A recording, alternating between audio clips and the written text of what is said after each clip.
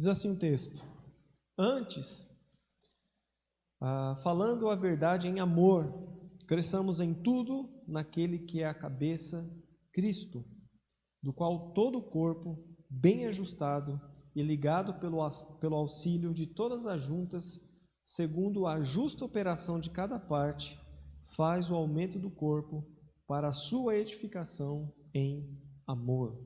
Vamos orar? Senhor, nós te louvamos, te damos graça pela oportunidade que temos, Senhor, de compartilharmos a Tua Palavra. Pedimos, Senhor, que assim como nesses anos o Senhor tem nos ajudado, que uma vez mais o Senhor ilumine a nossa mente para recebermos a Tua Palavra. Não permita, Senhor, que nenhuma mensagem humana tenha acesso ao nosso coração, mas apenas aquilo que for iluminado pelo Teu Espírito Santo, apenas aquilo que for inspirado pelo Teu Espírito. Conceda-nos a graça de compreendermos a Tua Palavra. Conceda-nos também o desejo de nos colocarmos no caminho da mudança para vivermos de uma maneira em que o Seu nome seja glorificado, Senhor. É a oração que fazemos e fazemos em nome de Jesus. Amém. A gente está passando por uma pandemia e eu lembro que no começo de março, quando iniciou toda essa loucura, nós paramos os nossos cultos presenciais. Nem esse distanciamento que nós estamos tendo aqui hoje, nós estávamos tendo. Nós literalmente paramos os nossos cultos. Estávamos apenas com as nossas transmissões online. E eu lembro que muitas pessoas questionaram para mim por que a igreja estava fechada. E sempre que me surgia esse questionamento, a minha resposta era a mesma, né? A igreja não fechou. A igreja não parou. Porque a igreja não é o lugar aonde a gente vai. A igreja é quem somos. A igreja é o povo que se reúne em nome de Jesus Cristo. Então a igreja não é o lugar onde a gente vai, não é essas 4 paredes aqui que nós estamos. A igreja é quem nós somos. Então tenha isso em mente, que aonde você estiver, você é igreja do Senhor.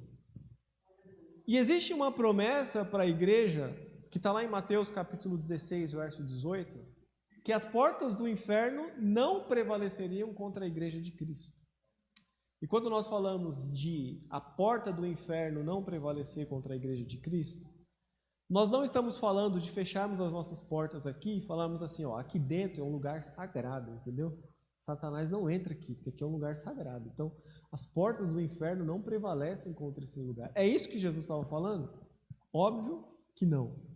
Depois que eu achei esse filme, eu não gosto mais dessa palavra óbvio, né? Mas a gente sempre fala. O que Jesus está falando? Jesus está falando que as portas do inferno não prevaleceriam contra a igreja de Cristo. O que Jesus está falando é que a igreja teria o poder de entrar literalmente no inferno para resgatar as almas que estão lá. Que a igreja é essa igreja forte e atuante, que o inferno fecha as suas portas e fica segurando de trás assim, tentando impedir a entrada da igreja. E é isso que Jesus está falando. As portas, não é que as portas da igreja vão resistir à entrada do inferno, não é isso que Jesus está falando. Jesus está falando ao contrário. A igreja é que entra no inferno para resgatar pessoas. Olha a promessa de Deus que está sobre a nossa vida. Antes de nós entrarmos no céu, a nossa primeira parada, sabe onde que é? No inferno. A pessoa fala, crê em Deus Pai. Mas é verdade, cara. Antes de nós chegarmos no céu, a nossa parada é onde? É no inferno. É resgatar pessoas. Quando eu falo inferno, não é para você ver aquele negócio pegando fogo, não é disso que a gente está falando. A gente está falando desse sistema organizado por Satanás, onde as pessoas são dominadas, onde as pessoas são usadas pelo mundo, onde as pessoas são descartadas como objeto. É desse tipo de lugar que a gente está falando, que nós fomos enviados para ser. Como ser essa igreja relevante nos tempos de hoje? É exatamente sobre isso que nós queríamos falar hoje, e eu queria que você acompanhasse na sua Bíblia aí a partir do verso 15. Antes falando a verdade em amor. Primeira coisa para ser uma igreja relevante, a igreja precisa ser uma comunidade do amor. Eu lembro que essa ideia de a igreja do amor surgiu na nossa página do Facebook, né? Quando a gente teve uma visita de uma pessoa aqui na nossa igreja, E quando ela saiu, ela visitou a nossa página da igreja lá e ela classificou a nossa igreja como 5 estrelas, né? E ela colocou assim, eu conheci a igreja do amor. E a gente acabou pegando isso e falamos, né? O Wilson até na oração citou aqui, de sermos conhecidos como a igreja do amor. Uma igreja relevante, uma igreja que tem relevância, precisa ser uma igreja que ama. Porque tudo que envolve o evangelho não pode ser dissociado do amor. Tudo que envolve o evangelho precisa diretamente estar relacionado com o amor. Olha o que Paulo diz em 1 Coríntios 13, naquele texto que ele fala sobre amor. Eu poderia falar a língua dos anjos. Eu poderia profetizar. Olha que coisa louca. Eu queria falar a língua dos anjos, sair profetizando aí, falando o RG de todo mundo aqui. Seria sensacional isso. Eu ia amar, eu ia me achar, né? Eu já me acho muito e ia falar assim, nossa, olha como eu sou cheio olha de perfil como eu sou cheio de Deus. Cara, mas Paulo está dizendo, eu poderia profetizar, falar a língua dos anjos, eu poderia doar toda a minha riqueza, eu poderia dar o meu corpo para ser queimado, mas se eu não tiver amor, de nada valeria. Você já imaginou você profetizar? Você já imaginou você falar a língua dos anjos?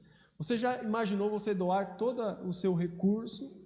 Você já imaginou dar o seu corpo para ser queimado por outra pessoa e chegar diante de Deus e Deus falar assim, cara, não, isso não valeu muita coisa não. Como assim? Faltou amor. Faltou amor. Você entende que tudo que envolve o evangelho precisa estar relacionado diretamente com o amor. Então, uma igreja, para ser relevante, ela precisa ser conhecida como uma comunidade do amor, uma comunidade que ama. Por exemplo, retire o amor da cruz de Cristo, o que sobra? Sobra uma morte cruel e horrenda, sim ou não? Como que um pai entrega um filho para morrer numa cruz daquele jeito? A história do Evangelho só faz sentido quando nós lemos João 3,16. Por que que Jesus morreu como morreu? Por que que Jesus se entregou numa cruz? Por que que ele foi maldito, como a Bíblia diz? Por que tudo isso aconteceu? Aí a gente vai para João 3,16. Porque Deus amou. E aí tudo faz sentido. Quando a gente insere o amor no Evangelho, tudo faz sentido. Por que você sai da sua casa para estar aqui? Se não for por amor, não faz sentido. Se for para me ouvir pregar, poxa vida, você podia estar em casa no YouTube que você ia acompanhar também. Tem tantos outros pregadores melhores, cara, muito mais sérios do que eu. Tem tanta gente boa. Por que a gente se doa? Por que você compartilha o alimento que está à sua mesa? Se não for por amor, de nada valeria. Eu li um livro, Discípulo Radical, de John Stott, e eu tirei uma frase daquele livro para a vida. Porque ele diz assim, a justiça de Deus é essa que se faz em amor. E eu sempre gosto de compartilhar isso. A justiça que se faz em amor. Quando a gente olha para a cruz de Cristo, a gente vê uma justiça. Um Deus que é justo, que condena todos os pecados da humanidade e um Deus que ao mesmo tempo ama. A gente falou há 2 domingos atrás do paradoxo da justiça de Deus, lá de Romanos capítulo 3. Que paradoxo é esse? Como que Deus se apresenta como sendo justo, mas Ele te perdoa dos seus pecados? Isso aí é um paradoxo, essa conta não fecha. Como que Deus é justo e ao mesmo tempo Ele te perdoa? Porque se Ele é justo, Ele deveria te punir com justiça. Se Ele é justo, Ele deveria levar a sua justiça até o final e te punir por todos os erros e por todos os pecados, por todos os crimes cometidos que afetaram a sua justiça. Porque se esse Deus não punir a justiça, Ele não é justo. E qual é o paradoxo então? Como que Deus resolveu essa questão? Porque entre nós e a sua justiça, Ele se colocou, Ele colocou o seu próprio Filho. E toda a ira de Deus contra a injustiça do ser humano, Ele apontou diretamente para a cruz.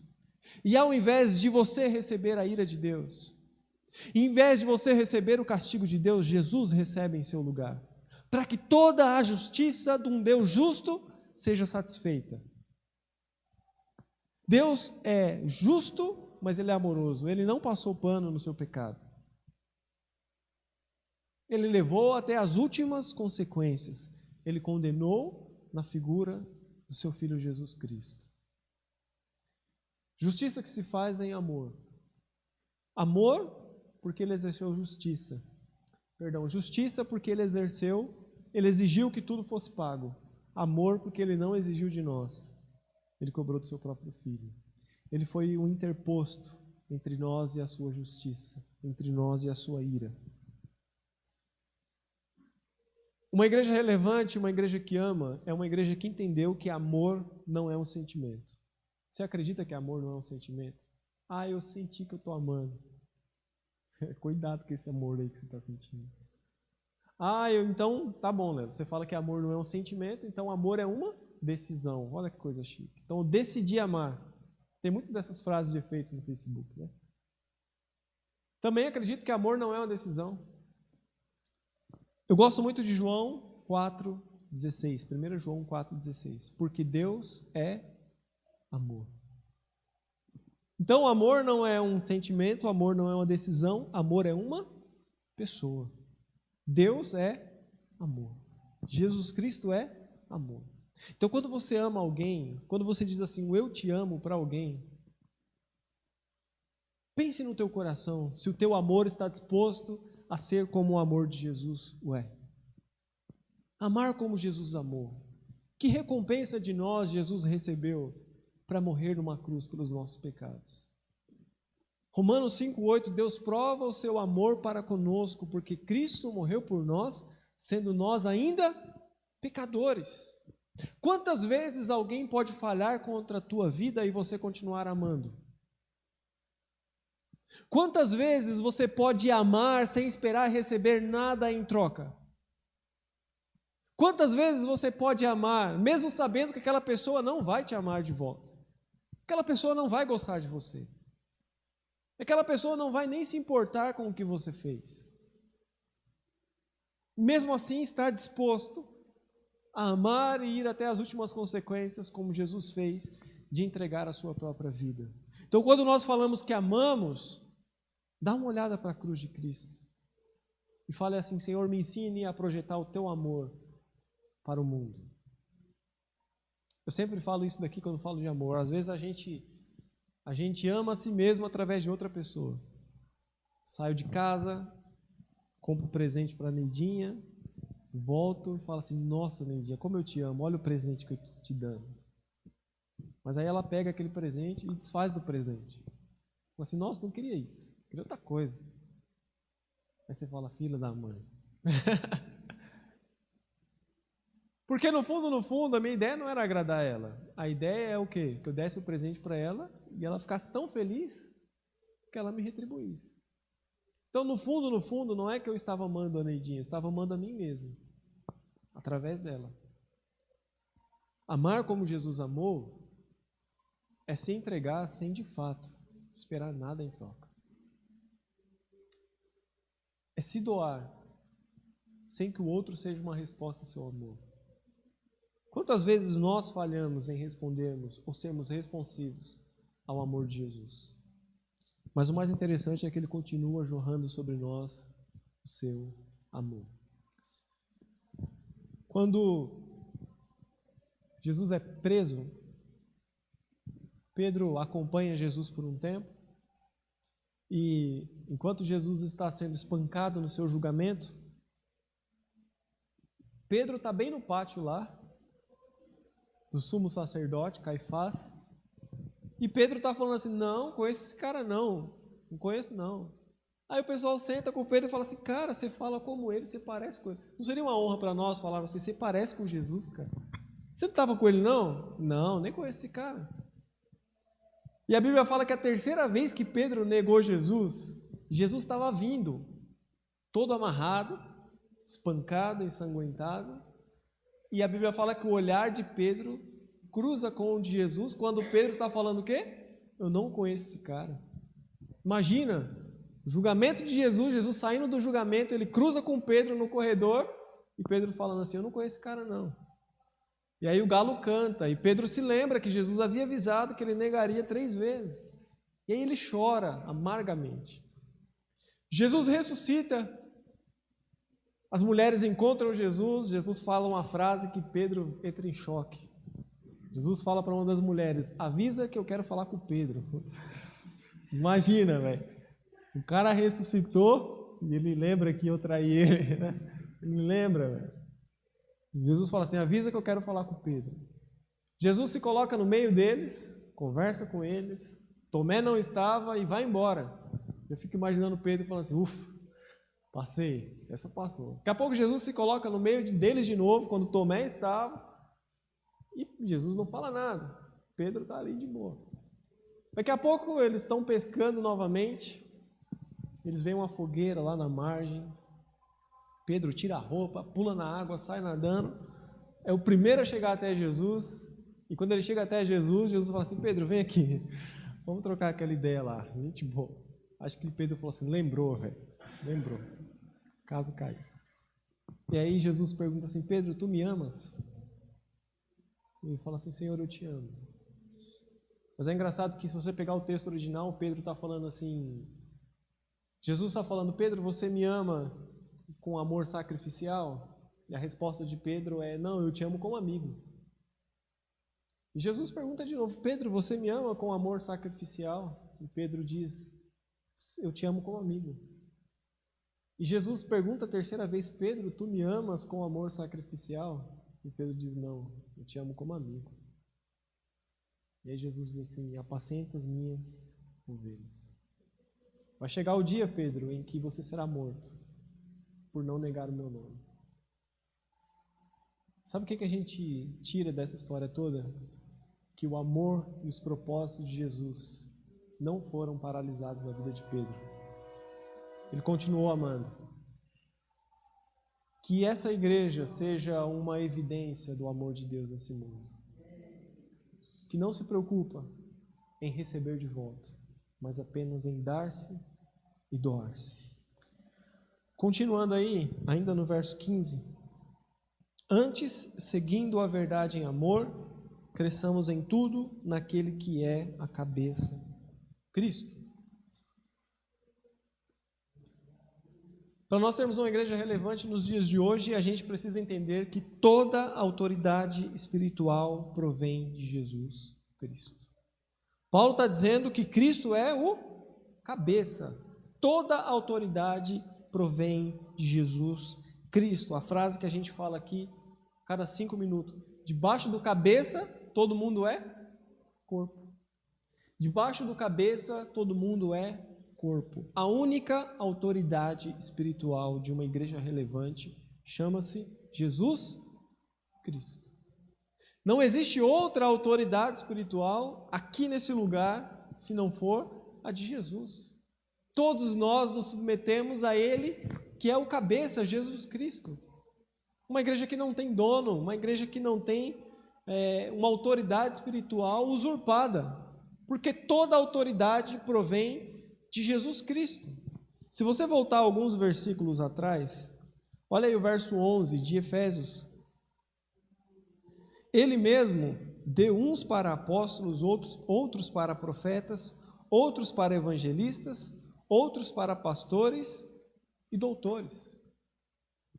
O que Paulo está dizendo é que Jesus deu autoridade espiritual, deu dons espirituais variados. Alguns são pastores, outros evangelistas, outros doutores. Cara, eu gosto demais dessas pessoas que têm o dom de evangelizar, né, cara? A pessoa, ela entra em contato com alguém, em 5 minutos ela está falando de Jesus. Eu fico apaixonado por gente assim. Eu não tenho esse dom. Um dia eu parei o ônibus e falei assim, parei não, dentro do ônibus eu levantei e falei assim, podia estar roubando, matando, me prostituindo, mas eu vim aqui falar do amor de Jesus, no meio do busão. Ninguém se converteu, cara. Mas tem um tiozinho lá que de vez em quando eu venho do Grajaú para cá e ele, quando ele está no ônibus eu falo, hoje o negócio vai ser bom. Porque ele levanta e ele não tem profundidade teológica, de trazer negócio do original, não tem nada disso. Mas ele fala do amor de Jesus com uma intensidade, com uma paixão. que os neguinhos choram no ônibus, abraça. Esses dias quase que eu me converti também, ouvindo ele pregando. Cara, sensacional. Então eu já entendi que uma coisa eu não tenho, o dom de evangelizar, não tenho. Mas eu amo quem tem. E eu sei que essas pessoas foram chamadas para isso. E dentro do dom que essa pessoa é de evangelista, eu me submeto a essa pessoa também. Eu não sou autoridade na PIBEG, não sou. Eu exerço o dom que Deus me deu, ou o chamado que Ele tem para a minha vida. Eu não manjo nada de mesa de som. Então a gente se submete lá, o Jefinho, o irmão Davi, o Augusto, a galera que mexe. E assim um se submete aos outros, em amor. A gente se submete uns aos outros. No nosso corpo, né, a mão esquerda, ela se machuca. Qual mão que trata da esquerda? A direita. E é exatamente isso que é um se submeter ao outro. Porque toda a autoridade espiritual de uma igreja provém de Jesus Cristo. Debaixo do cabeça, todos nós somos corpo. Uma vez um rapaz pediu para vir para a nossa igreja, e eu falei, conversa com o seu pastor. Fala com ele, né? E aí ele foi conversar com o pastor. O pastor dele falou assim, se você sair dessa igreja, você está saindo da cobertura espiritual. Eu vou fazer assim na sua vida. E aí você está fora de toda a cobertura espiritual. E ele nunca mais saiu daquela igreja. Está até hoje lá, eu acho. São pastores que dominam pelo medo e acham que dentro das suas igrejas ou dentro das comunidades, eles são a autoridade espiritual. Mas não é. Nós somos um corpo e a única autoridade espiritual estabelecida numa igreja é Jesus Cristo. Verso 16. Do qual todo o corpo bem ajustado e ligado pelo auxílio de todas as juntas, segundo a justa operação de cada parte, faz o aumento do corpo para a sua edificação em amor. Uma igreja relevante é uma comunidade de comunhão e uma comunidade de união. Quando Jesus, na oração sacerdotal, ele orou por todos nós, lá em João 17, ele diz assim, para que todos sejam um, para que tu creias, para que o mundo creia que tu me enviaste. Então, o que Jesus está falando é que o maior testemunho de uma igreja é a união. Se nós formos um, o mundo vai crer que tu me enviaste. É por isso que nós somos uma comunidade. É por isso que nós não fomos chamados para sermos indivíduos. Nós somos uma comunhão. Nós somos um povo que se reúne em um nome, o nome de Jesus. E o maior testemunho, a maior evidência da presença de Jesus no meio de uma igreja é a sua unidade. E agora, olha o que Jesus disse antes dele ascender aos céus, lá em Atos 1:8. Mas recebereis poder ao descer sobre vós o Espírito Santo, e ser-me-eis testemunha. Vocês vão testemunhar, vocês receberão o poder de testemunhar do meu nome. E se nós entendermos que o maior testemunho de uma igreja é a união, vocês receberão um só Espírito derramado sobre vocês, para que vocês não sejam vários indivíduos, para que vocês sejam um único corpo. O corpo de Cristo no mundo. Que coisa fascinante. O Espírito Santo derramado para nos fazer ser um, para nos conectar uns aos outros e sermos o corpo de Cristo no mundo. Sabe o que é ser igreja? Ser a presença de Jesus no mundo. Ser igreja é ser isso. Eu ia falar assim, cutuca quem está do teu lado, mas você ia ter que fazer, sei lá, né? Tipo assim, não dá mais para fazer isso. Ainda bem que não dá mais, né? Que nem eu gostava disso. Imagina, por exemplo, que Jesus está nas suas últimas semanas, ele reúne os seus discípulos e ele fala assim, ó, assim como o Pai me enviou, eu envio vocês. E se eu estivesse ali no meio daquela galera, eu ia falar assim, para, Jesus, calma aí. O Senhor estava aqui com a gente, quando tinha um demônio que a gente não conseguia expulsar, quem que a gente chamava? O Senhor. Quando o negócio ficou feio lá no mar, lá, que a gente achou que o barco ia naufragar, que a tempestade estava demais, o vento estava demais, Quem que a gente chamou? O Senhor também. O dia que a menina morreu lá, quem foi que ressuscitou a menina? Foi o Senhor. O dia que acabou o alimento lá, estava todo mundo com fome. Quem foi que multiplicou esse negócio aí? Foi o Senhor. Agora o Senhor está falando que assim como o Pai enviou o Senhor está enviando a gente? Ou seja, significa que quando Jesus não estiver mais entre nós, quando tiver alguém para alimentar, quem que eles vão chamar? A igreja. Quando tiver uma tempestade para acalmar, adivinha quem eles vão chamar? A igreja. Quando tiver um demônio para expulsar, né? Quem que eles vão chamar? A igreja. Você está vendo a nossa responsabilidade de sermos corpo de Cristo? Porque agora que Ele não está mais, Ele conta com você. Você é a presença de Deus no mundo. Você é. E você não pode negar isso. Você é a luz para esse mundo. Você é a presença de Deus no mundo. Ou você já se esqueceu do que Paulo diz, que vós sois templo do Espírito Santo e que Ele habita em vós? Aonde você está, você é a presença de Deus no mundo.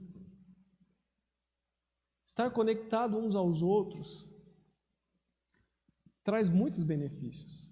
A comunhão é algo fascinante.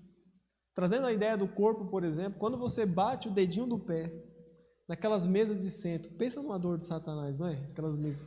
Só serve para isso aquelas mesinhas de centro. E você bate o dedinho do pé naquele negócio. É uma dor que você não aguenta.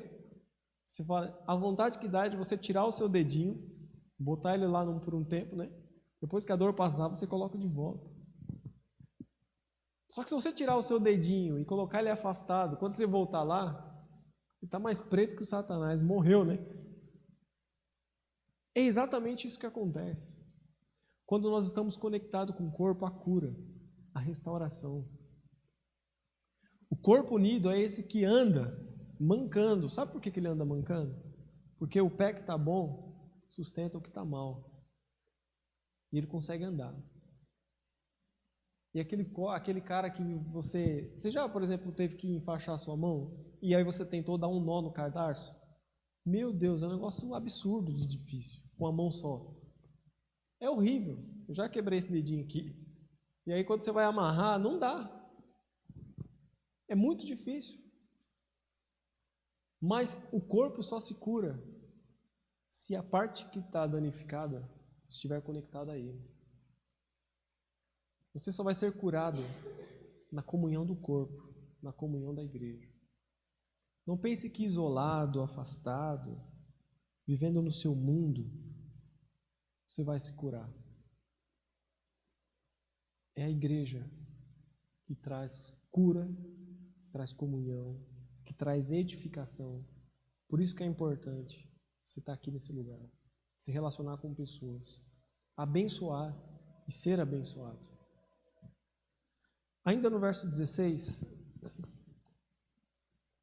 diz assim, do qual todo o corpo bem ajustado e ligado pelo auxílio de todas as juntas, segundo a justa operação de cada parte, faz o aumento do corpo para a sua edificação em amor. Todo o corpo unido, cada um faz a sua operação. Olha que coisa legal.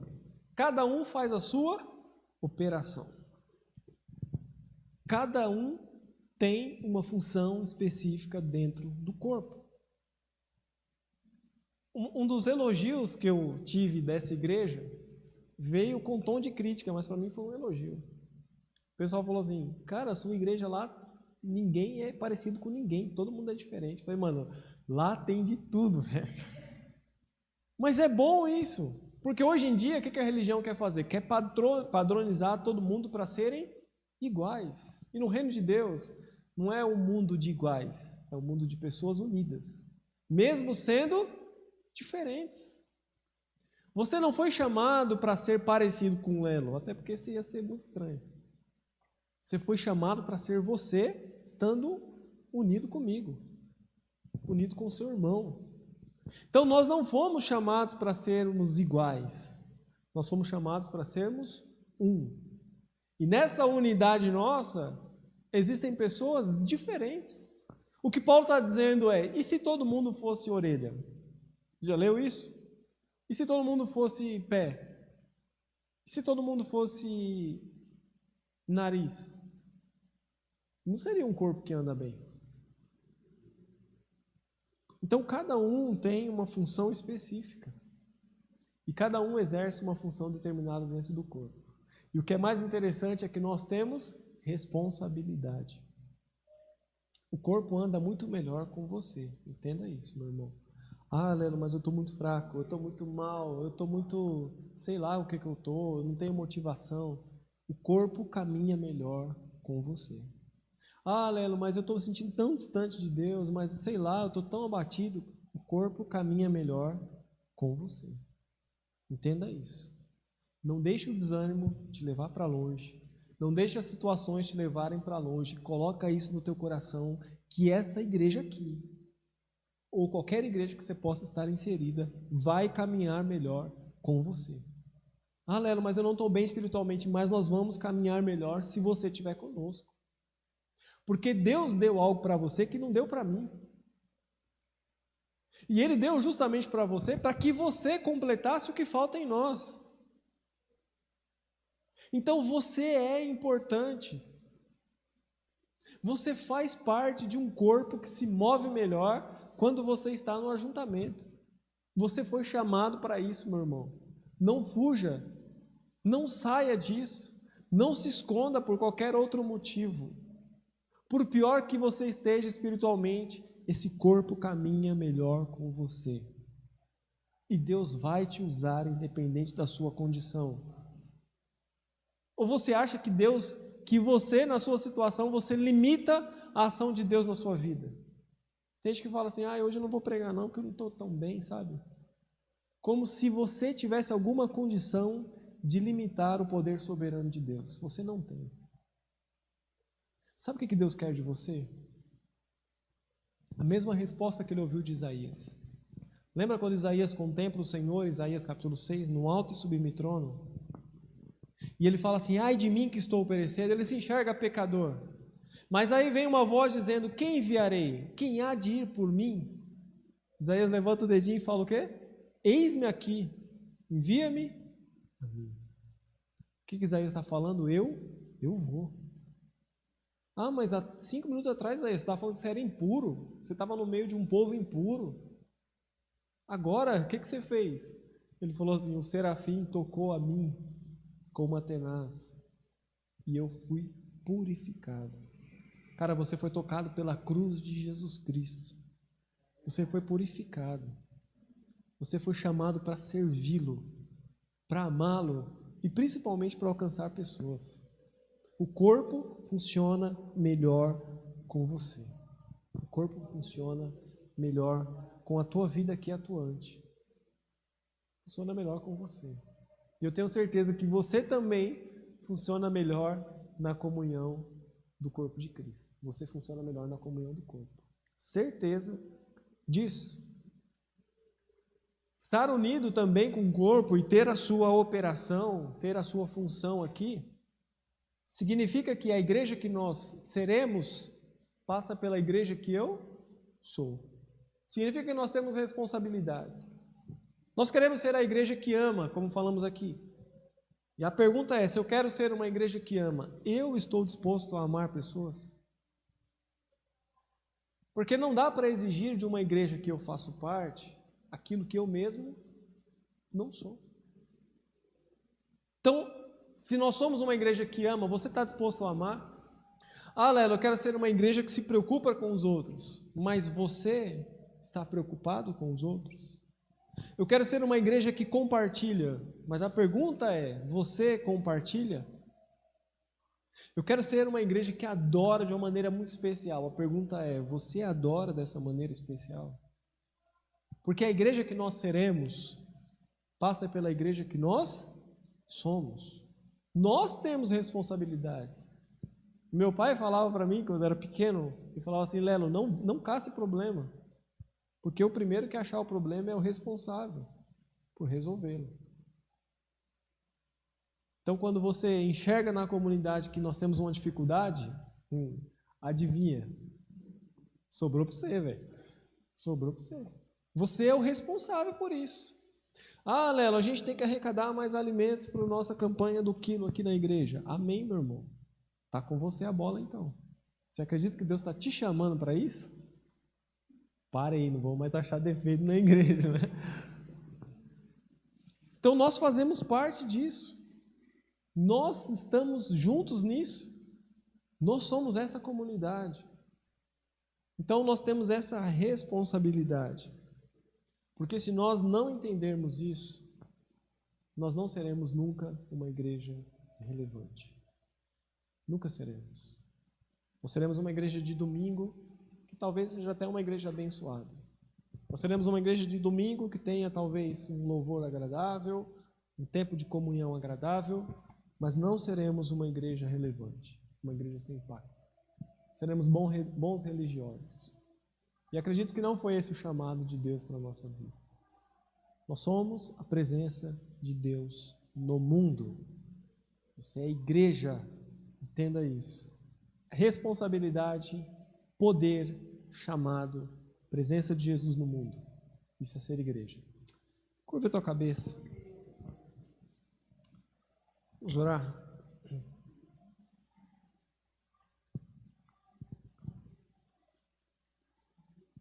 Queria orar pela tua vida. Você que está se sentindo distante por alguma razão, ou isso que a gente falou entrou no teu coração de uma maneira profunda, tocou a tua vida, queria orar por você. E dizer para você que Jesus te chama. O cabeça te revestiu de autoridade. Ele disse para você na oração sacerdotal, ele orava pelas nossas vidas, ele orava por você. Ele disse, assim como o Pai me enviou, eu envio também a vós. Vocês irão em meu nome. Cara, nós temos o poder de falar em nome de Jesus. Nós somos a ação de Jesus no mundo. Entenda uma coisa, aquilo que Jesus vai fazer no mundo, Ele vai fazer através da sua igreja, do seu corpo. É através de você, é através da sua vida. Toda a autoridade espiritual foi te dada, meu irmão. Jesus te conectou a Ele, criou esse ajuntamento de pessoas que formam um único corpo. A ação de Jesus no mundo. Eu queria orar por você. Você que tem um chamado aí, você tem enterrado seu chamado.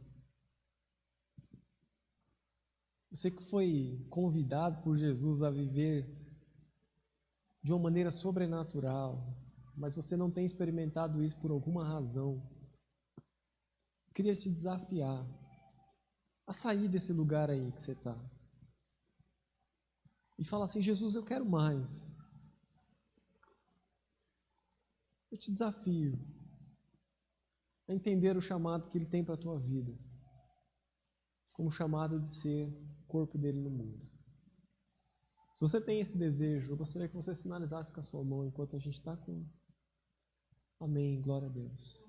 Amém, amém, amém, aleluia, glória a Deus. Amém, amém, amém, aleluia. Senhor, nós louvamos a Ti, Pai. Te damos graça pela Tua palavra.